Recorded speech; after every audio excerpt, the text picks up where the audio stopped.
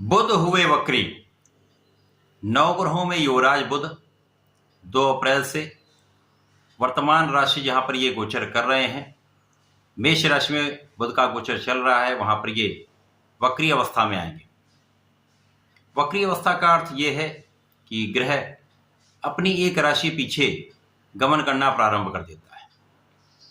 इसको इस प्रकार से भी हम समझ सकते हैं कि ग्रह की जो स्थिति है जहां पर ये गोचर कर रहे हैं, वहां पर इनका मूवमेंट स्लो हो जाता है। जब भी किसी ग्रह का गमन धीमी गति से होगा तो उसका प्रभाव बढ़ जाता है, उसके बल में वृद्धि हो जाती है, वो ज्यादा अच्छा प्रभाव देने लगता है। वर्तमान समय में मेष राशि में ये गोचर कर रहे हैं। अब यहां से इनका गमन 9 अप्रैल को मीन राशि में हो जाएगा, जहां पर ये 25 अप्रैल तक वक्री अवस्था में रहने वाले हैं। अब यहां पर यह महत्वपूर्ण है, जब भी ग्रह का बल बढ़ेगा वक्री अवस्था में आकर तो ये क्षमतावान हो जाते हैं, परंतु ये इस बात पर भी निर्भर है कि वो ग्रह किस राशि में जा रहा है, किस भाव में जा रहा है, उस राशि के लिए किस भाव के स्वामी होकर इनका मूवमेंट हो रहा है, तथा किस ग्रह के साथ इनका संयोजन हो रहा है, किसी ग्रह के साथ इनका युति प्रभाव अथवा दृष्टि प्रभाव मिल रहा है। इस पर बहुत कुछ निर्भर है। अब चूंकि बुध क्विक रिस्पॉन्स प्लैनेट है, तो निश्चित रूप से यह समय अत्यंत विशेष रहने वाला है। कुछ लाभ की स्थिति बन सकती है, परंतु बहुत कुछ यहां पर सावधान भी रहना होगा। जय श्री गणेश। नमस्कार, मैं आचार्य संजय द्विवेदी। मेरे समस्त प्रबुद्ध दर्शकों का मेरे चैनल पर हार्दिक स्वागत है।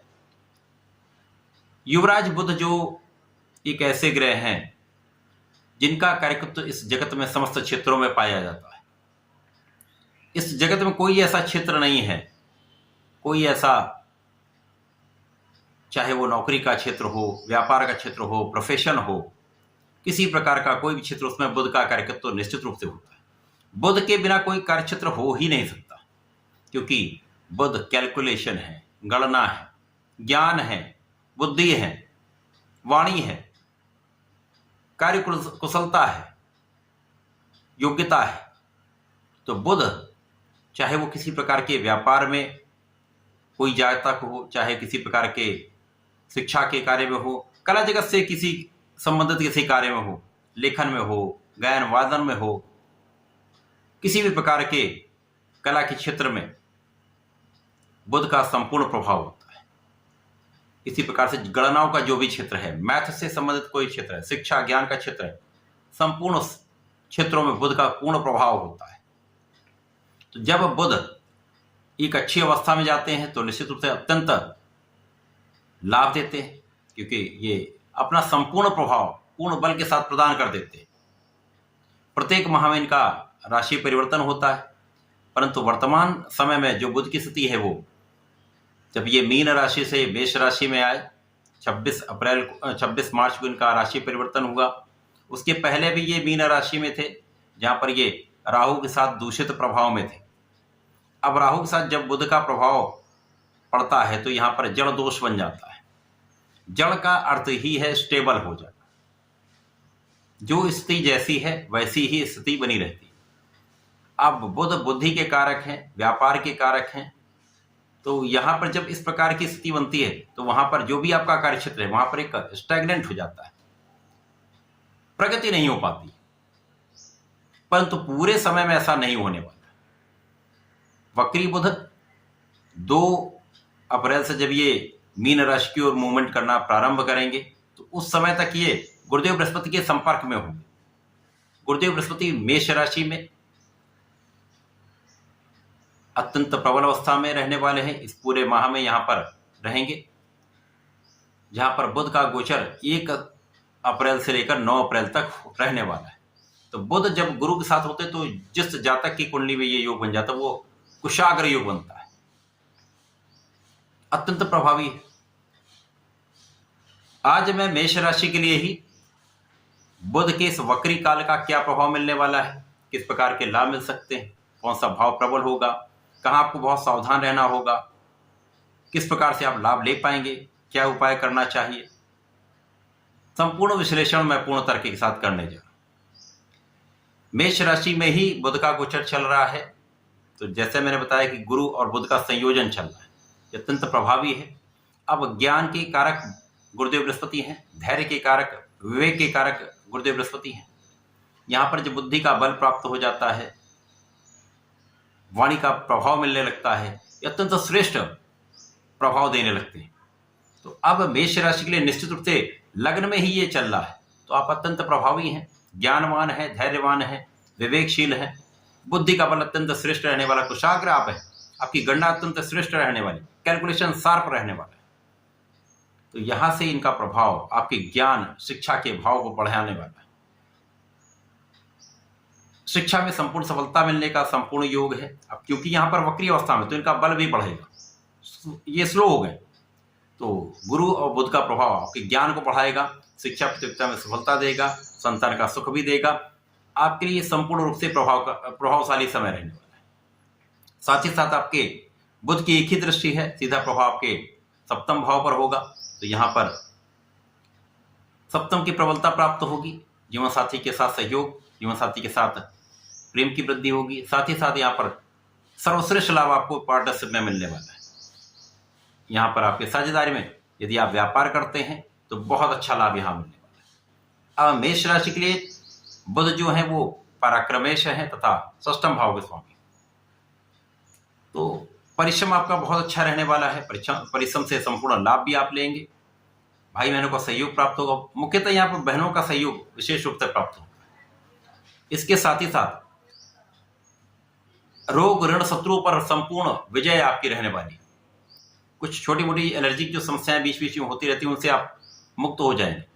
यहाँ पर ऋण का प्रयास आपके लिए सफल हो जाएगा, उससे आप एक अच्छा लाभ लेने वाले। इसी प्रकार से यहाँ पर जो लोग कार्य क्षेत्र ढूंढ रहे हैं कि मुझे नौकरी चाहिए अथवा व्यापार में जाना है, उनके लिए एक मार्ग बन जाएगा, मार्ग प्रशस्त हो जाएगा। इसके साथ ही साथ कार्य क्षेत्र विस्तृत रहने वाला है, कार्य क्षेत्र में कहीं कोई बड़ी समस्या प्रारंभिक समय में नहीं रहेगी। अब जब ये 9 अप्रैल से राशि परिवर्तन कर लेंगे, मीन राशि में आ जाएंगे, अब यहाँ से सूर्य के प्रभाव में होंगे तो अस्तवस्था में आएंगे, लेकिन अस्तवस्था में बुध पे बहुत कोई विशेष नकारात्मक प्रभाव नहीं मिलता है, बल्कि यहाँ पर आपका सूर्य और बुध का प्रभाव इस भाव में बुध के प्रभाव को बढ़ाने वाला। यद्यपि यहाँ पर सूर्य ग्रहण दोष में होंगे। अब 9 अप्रैल से लेकर 16 अप्रैल तक का जो समय है वो फिर भी यहाँ पर बहुत कोई कष्टकारी नहीं रहने वाला है, क्योंकि यहाँ पर राहु और बुध के बीच में जो अंशों का अंतर है वो बहुत अधिक कष्टकारी नहीं है। तो यहाँ पर 12वां भाव जो कि व्यय का भाव है, व्यय की अधिकता हो सकती है, अनावश्यक यहाँ पर आपके व्यय हो सकते हैं, कानूनी समस्याओं में व्यय हो सकता है, बिना कारण यात्राएं हो सकती हैं, उन यात्राओं में थकान भी होगी, शारीरिक कष्ट भी होगा, लाभ उतना नहीं मिलता है। जब तक सूर्य के प्रभाव में है तो कानूनी समस्याओं में आपकी विजय संपूर्ण रूप से होगी, यहाँ पर कोई संदेह नहीं। परंतु यहाँ पर एक विशेष लाभ भी आपको मिल रहा है। जो लोग विदेश में रहकर कार्य कर रहे हैं उनके लिए विशेष प्रगति का योग है। इस समय में आपके इंक्रीमेंट में से आपको लाभ मिल सकता है, नौकरी में या प्रोफेशन में या फिर व्यापार में, वहां पर धन का विशेष लाभ आप ले सकते हैं। अब इसके पश्चात जब ये 16 अप्रैल से 25 अप्रैल के बीच का जो समय, विशेष रूप से यहाँ आपको बहुत सावधान रहना, क्योंकि पूर्ण प्रभाव में होंगे, जड़ दोष बन जाए। तो यहाँ पर शत्रुओं पर तो आपका विजय ही मिलने वाली है, कहीं कोई कष्ट नहीं होगा। यदा कदा पीठ पीछे लोग आपकी बुराइयां कर सकते हैं, आलोचना कर सकते हैं, तो यहाँ पर आपको बहुत धैर्य रखना होगा। यहाँ पर गुरु का प्रभाव आपको बहुत धैर्यवान बनाने वाला है, इसका आपको लाभ भी मिलेगा। इसी प्रकार से यहाँ पर कोई बड़े निर्णय आपको नहीं लेने चाहिए, व्यापार का प्रारंभ इस समय में नहीं करना चाहिए। यहाँ पर जिस नौकरी में है वहाँ बहुत संयमित, बहुत सोच विचार कर आपको बोलना चाहिए, क्योंकि यहाँ पर वाणी के कारक बुध है और वाणी के कारण ही विवाद होते हैं। यहाँ पर बहुत संयमित होकर बोलना होगा, बहुत ध्यान देना होगा, अपने कार्य में पूर्ण निष्ठा के साथ अपने कार्य को संपादित करना होगा। किसी भी विवाद में नहीं पड़ना है, किसी के लिए विवाद नहीं करना, उच्चाधिकारियों से सहयोग लेना है, अपना सामंजस्य बनाकर चलना है। किसी के कारण भ्रम की स्थिति आपके लिए कष्टकारी हो सकती है, जिसके कारण आपके नौकरी में भी, आपके व्यापार में भी कहीं ना कहीं एक स्थिरता आ सकती है, बहुत बड़ा लाभ नहीं मिलने पर। तो इस पूरे समय में आपको बहुत सावधानी रखनी होगी, ध्यान देना होगा तथा यहाँ पर अपने कार्य को पूर्ण निष्ठा से करना होगा, विचार करके कार्य करना होगा, जल्दीबाजी में कोई निर्णय नहीं लेना। यद्यपि राहु और बुध का प्रभाव जब ये दूषित नहीं होंगे तो आपको कूटनीतिक रूप से बहुत स्ट्रांग करता है, आपकी वाणी भी बहुत प्रभावशाली होती है, परंतु जो बीच का समय है वो कष्टकारी है। तो इस समय में आपको विशेष रूप से समस्त राशि के जातकों को गणपति जी की आराधना करनी चाहिए अथवा शंकर मोचन की शरण में रहना चाहिए। मेष राशि के जातकों को शंकर मोचन के मंदिर में जाकर उनके चरणों से टीका अपने मस्तक पर लगाना चाहिए। ओम हम हनुमताय नमः का कम से कम 21 बार जप करना चाहिए। किसी कार्य को करने से पहले, निकलने से पहले इस मंत्र का जप अवश्य कर लें तथा प्रत्येक बुधवार को गणपति जी का संकनासन गणेश स्तोत्रम अवश्य करें अथवा सुन लें। तो ये आपको संपूर्ण रूप से लाभ देने वाला हो, आपके कष्टों को कम करने वाला, बचाव करने वाला। तो ऐसा करके इस समय में आप लाभ ले सकते हैं, तो ऐसा करें। धन्यवाद, नमस्कार।